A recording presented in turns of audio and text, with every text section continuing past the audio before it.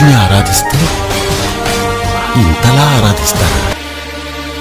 అగ్ని నేత్రమోగ్రజ్వాల దాచిన ఓ రుద్రుడా, అగ్ని శిఖలను గుండెలోన అణచిన ఓ సూర్యుడా, పరశ్వథమును చేతబూనిన పరశురాముని అంశవా, హింసగణ జగధ్వంస రచనను చేసిన ఆచార్యుడా, మన్నెం వీరుడు రామరాజు ధనుష్టంకారానివా, గుండెల నిండా